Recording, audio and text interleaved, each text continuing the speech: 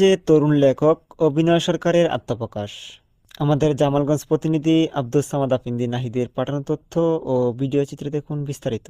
সুনামগঞ্জের জামালগঞ্জ উপজেলার তরুণ লেখক অভিনয় সরকারের দুটি বই প্রকাশের পর থেকেই প্রশংসায় ভাসছেন তিনি।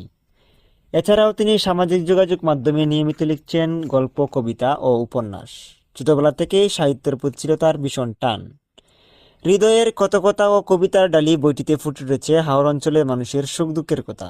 অভিনয় সরকার 1 জানুয়ারি 2009 সালে সুনামগঞ্জ জেলার দিরাই উপজেলার হজারিপুর গ্রামে খুবই দরিদ্র পরিবারে জন্মগ্রহণ করেন। তার পিতা লনি সরকার পেশায় একজন কৃষক এবং মাতা খেলন রানী সরকার একজন গৃহিণী। 3 ভাই বোনের মধ্যে অভিনয় সরকার সবার বড়। অভিনয় সরকার 2024 সালে বাটিপাড়া উচ্চ বিদ্যালয় থেকে বিজ্ঞান বিভাগে এসএসসি পরীক্ষায় উত্তীর্ণ হন। তার উল্লেখযোগ্য রচনা মা আমার মা, মাসিমা, দিদিমার অভিনয়, আমার জীবন কাহিনী, সার্থক আমার জীবন, মনুষ্যত্বের জীবন, ব্যারিস্টার সুমন ভাই ইত্যাদি। সে যাত্রাপালার একটি বই লিখেছে, সেই বইটির নাম হচ্ছে সৎ মায়ের অত্যাচার। এছাড়াও সে প্রায় 100টি কবিতা লিখেছে বলে জানা যায়।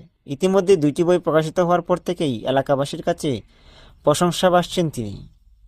অভিনয় সরকার বর্তমানে সুনামগঞ্জ জেলার জামালগঞ্জ উপজেলার লালপুর গ্রামে বসবাস করছেন। বর্তমানে তার 3য় বই মনের কথা বইটি প্রিন্ট সংস্করণে আছে।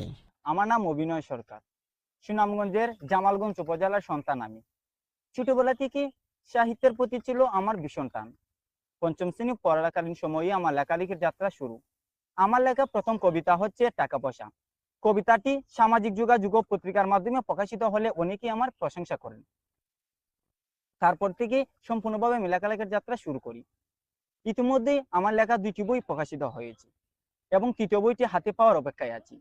যারা আমাকে বই প্রকাশে সার্বিক সহযোগিতা করছেন তাদেরকে জানাই অসংখ্য ধন্যবাদ।